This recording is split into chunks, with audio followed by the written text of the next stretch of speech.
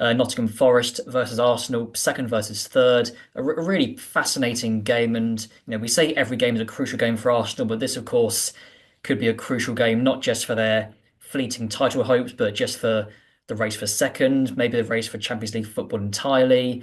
Of course, Forest have had a couple of defeats recently. That 11-minute implosion at Newcastle, previously against Fulham, but they're fantastic at home. Nottingham Forest, that 7-0 against Brighton immediately springs to mind. So, this has the feeling of another quite painful evening for Arsenal fans, doesn't it?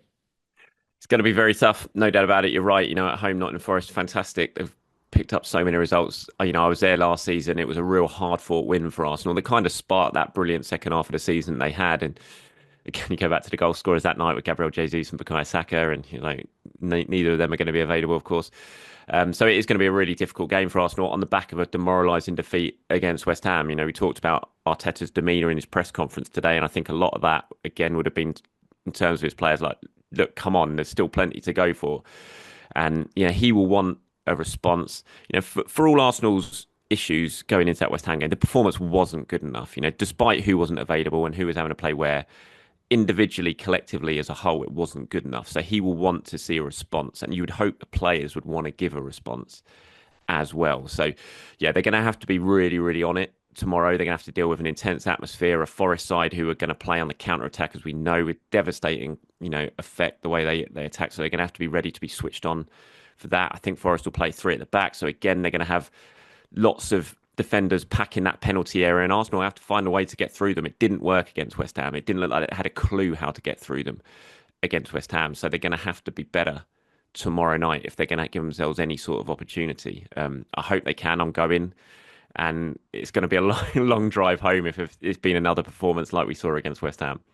Yes, I must say I predicted a Forest three at the back in my preview, and I backed a 0-0 draw. So hopefully, for your sake, it's not as boring as that, but we'll see. And Arsenal did beat Forest quite convincingly at home Mm. earlier this season, and their defence. I know they've got Murillo, Milenkovic. They've been a brilliant pairing for most of the season, but obviously against Newcastle they weren't. But Newcastle have got Alexander Isak. Newcastle have got Anthony Gordon. Arsenal don't have that. So, I shouldn't say should fans be travelling in more hope than expectation, but do you think the fans will be travelling in more hope than expectation? Probably, yeah. I mean, I don't think any team who sets up against Arsenal now or prepares to face Arsenal is going to be scared of Arsenal. That's the issue Arsenal face now, and certainly until Saka and Martinelli come back, is that in the team meetings they have, the video analysis that they all do before the games, they're going to be looking at this Arsenal team and what they're going to do, and they're like, look, if we're sensible here and we don't get ourselves drawn out, we don't do anything stupid, we're going to be able to keep them at arm's length relatively easily, and that's just the challenge that Arsenal now face. So they won't be scared of Arsenal. Like I said, against Newcastle, they had some real danger men to deal with. That's not going to happen. So Arsenal are going to have to really work for every single win they get at the moment. They're going to have to stay tight. They didn't do that against West Ham. If they could have stayed at 0-0 in the second half, they could have edged it like they did against Leicester, but they conceded first with really sloppy play. So it's not just about the attack. It's about making sure in this situation that they don't fall behind. They weren't good enough defensively.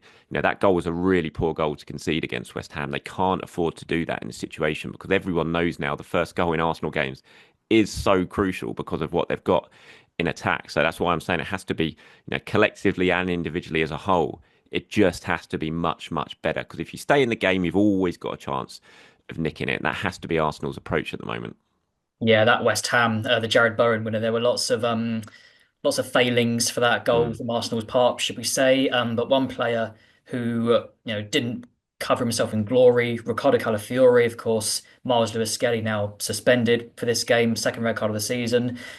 He was Calafiori started against West Ham, got hooked before the hour, I think. I mean, are we expecting him to have another shot from the first whistle on Wednesday, or could we see a surprise Tierney or Zinchenko appearance?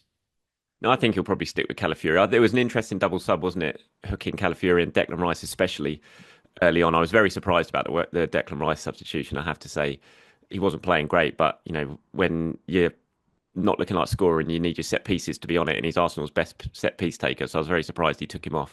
Calafiori definitely didn't cover himself in glory with the goal. He let that cross come in too easily, but there were so many errors there. You look at the tracking of Partey early on in that, the tracking of Declan Rice the whole way through it. Then he gets to the penalty area. I still think David Raya should be coming out and claiming that cross. I think Bowen heads it about 4 yards out in the middle of the 6 yard box, and David Raya is so aggressive with the way he comes out usually to claim crosses. I was really surprised he stayed on his line in that situation. I think Declan Rice was surprised as well by the look that he gave him when the ball went in the net. So, there was lots of things that Arsenal could have done better to prevent that goal.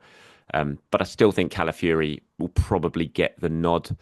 Um, I'd be surprised if you see a team, unless he changes formation, obviously, and unless he does do something different that we're not expecting and goes with a wing back role. I think Calafiori will probably stay there. If Lewis Skelly would definitely have started this game if he hadn't got sent off, no doubt about it. Yeah, and there was a bit of concern at the end with Ethan Nwaneri limped off. Mikel played it down as fatigue after the game. Seemed to suggest this morning that he's okay. He was just cramping. So any lingering concerns about him, or do you think he'll be okay to start? I think it'll be okay to start. I put him in my fantasy team, so I'm pretty confident he's going to start. Just on the off chance he does something special. But yeah, Mikel said after the game, even on Saturday, he thought it was fatigue, and certainly he gave the impression that all would be fine for him. So I'd be very surprised if it's anyone but Nwaneri starting on the right hand side.